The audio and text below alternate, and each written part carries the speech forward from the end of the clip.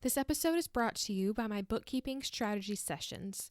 You're probably in one of these three areas when it comes to your bookkeeping: the DIY phase, outsourcing, or understanding. DIY being you're doing everything yourself, outsourcing meaning you're ready to pay someone else to do it, but you're not quite sure where to find them or what the roles are supposed to be, and understanding, which is no matter who's handing you your financial report, you need to understand what it means and how you can do better in your business next month.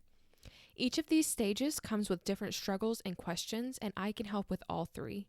So if you're stuck somewhere in one of those with a big problem that you are just kept up at night from it, I can help. We can create an actionable and manageable plan for you and your bookkeeping, and so that you won't fall behind again. To book one of these sessions, email me at lydia@dacbalance.com to be sure that we're a good fit to work together. Now on with the show.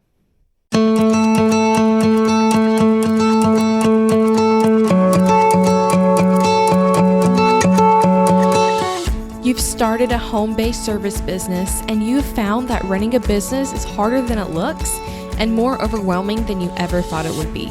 This podcast is the best of the best information that I've learned to help grow and sustain my business. Listen, subscribe, and follow along. We can avoid the overwhelm and start creating a business we love to run. Welcome back to the DAC podcast. I am so excited that you're here again and that you're ready to learn more about your bookkeeping and your numbers. And this is going to be episode number 42, entitled, Do You Know Your Financial Numbers for Your Business?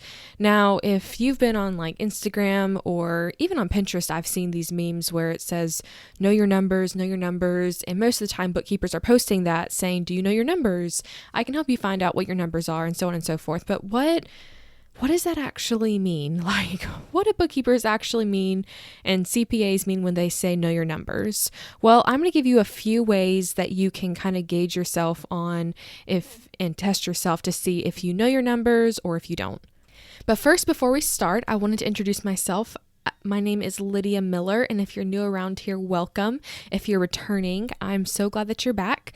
And I am a bookkeeping consultant here in Pensacola, Florida, and I am the host of this podcast. And I dabble in social media some, actually quite a bit. I really like social media, and I just love helping people with their bookkeeping because as I have been a bookkeeper, I've realized that there's a huge need between business owners and bookkeepers, not just getting the work done because most of them do it because you have to for taxes, but what does the information mean and how can you actually use that in your business? And there's that gap there that I really love that I really have found that I like helping to fill in the marketplace.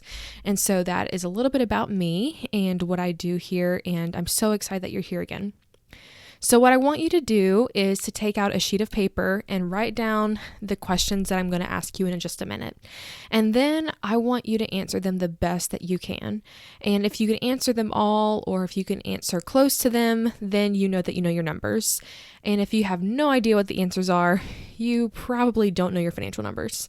So the 5 areas that we're going to look at that you should know in your business is you should know your cash, you should know your profit, you should know your debt, you should know your major expenses, and you should know your hourly rate that you're actually earning. So let's go through each of those a little bit slower. So your cash, you should know your cash.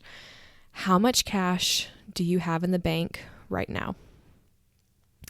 How much cash each month do you need to cover your expenses?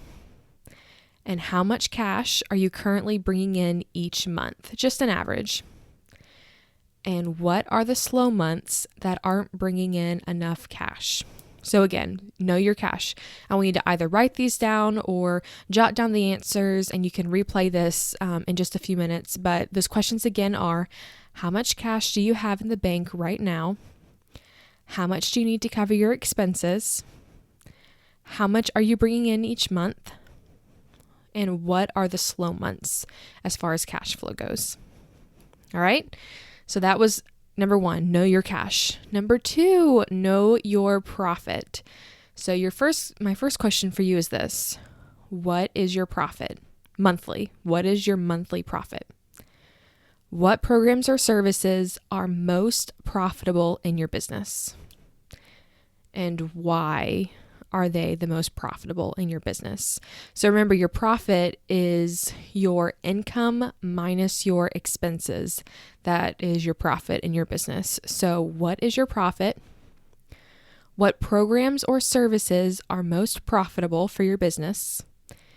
And why are they the most profitable? All right, let's move on to debt. So debt, and this is just in your business. How much debt do you have? How much are you adding on or paying off each month? How much debt are you willing to tolerate in your business? And are you close to that number that you're willing to tolerate? So again, the question's about debt. How much debt do you have in your business? How much debt are you adding on or paying off each month? That includes credit cards. And how much debt are you willing to tolerate in your business? And are you close to that number? Okay, the next category are major expenses. So, what do you pay the most for each month in your business? What's the biggest expense? And how is this helping your business? And what is the ROI on this expense? So again, major expenses. What do you pay the most for each month? How is this helping your business? And what is the ROI on this expense? And ROI meaning return on investment. Okay, and number 5, your hours. Now, this is an area where a lot of service-based business owners don't pay attention to because it has to do with your time, and a lot of entrepreneurs don't value their time as they should. So, my question for you when it comes to hours is this. After all expenses are paid, how much are you making per hour per project? And here's how you find that out. So, you take your profit off of your program or service that you're providing. You take the number of hours that you spent working on that project, and then you divide, and then you find out how much you're making per hour per project. So if you have a project that takes you 20 hours, and let's say your profit at the end is going to be $200, how much are you making per hour?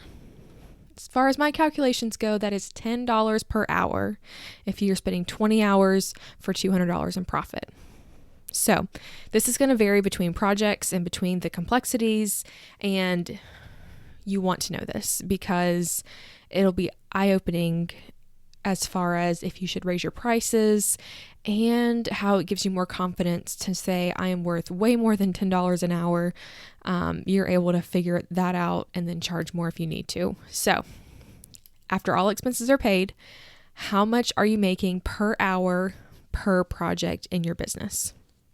So I want you to pause the episode and think about these questions if you weren't doing it as we followed along, and just see if you can give a rough estimate off the top of your head for these. And then if you have the time, go to QuickBooks and see how close you were to the truth.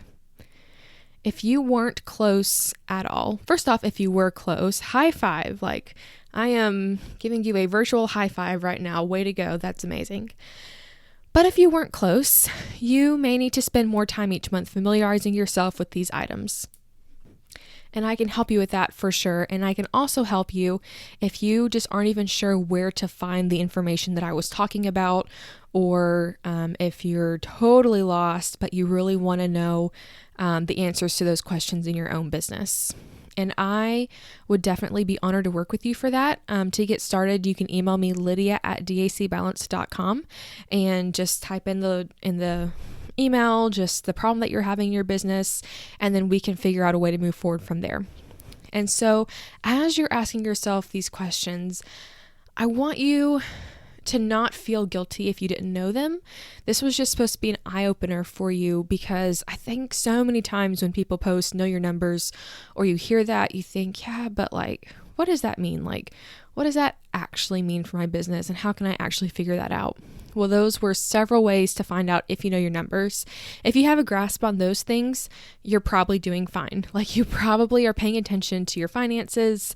You could be doing more if you want to. We can discuss that as well. But if you know those things, you're probably doing pretty good in your business. And those are just a few areas that you can look at especially if you're in the DIY phase. Now, if you have a bookkeeper that you're already working with, you might want to ask them to do that in a report. You may want to ask them each month to not just give you your financials, but to do like on a Word document, here is what you have in cash. Here is why you have this amount. Here is why your profit was lower, and just see if they can do that. I do that for my clients. I do a Word document for the CEO, and I fill out, here's what happened last month. And I do like a written explanation for him, because it's just so much easier that way instead of always explaining it, and not just explaining it, but something about having it written down is really, really helpful when understanding that. So maybe ask your bookkeeper if they can do that, or if your bookkeeper sends them to somebody else who then explains them to you, have them write it out for you. Whatever you need done in your business to know your numbers, it's totally worth it, because as the CEO, you have to make a lot of decisions, and it's a lot better to know the truth and to make good decisions based on that than to make decisions based off of what you're hoping is going on in your business. So I hope that was really helpful for you. If it was, or if it wasn't, feel free to send me an email, lydia@dacbalance.com. I read all of the emails that I get, and I love getting emails from you guys. Just hearing about your businesses and hearing about what you're doing, I would love to hear from you. And at this point, I am still able to personally respond to each and every one of them. So definitely send me an email, just recapping what you learned. If you had an aha moment, just let me know that you're out there, basically. I would love to hear from you. You can also find me on Instagram at lydia.miller.mba, and be sure to follow me there. And like I said, by email, lydia@dacbalance.com. So until next time, go and make it happen.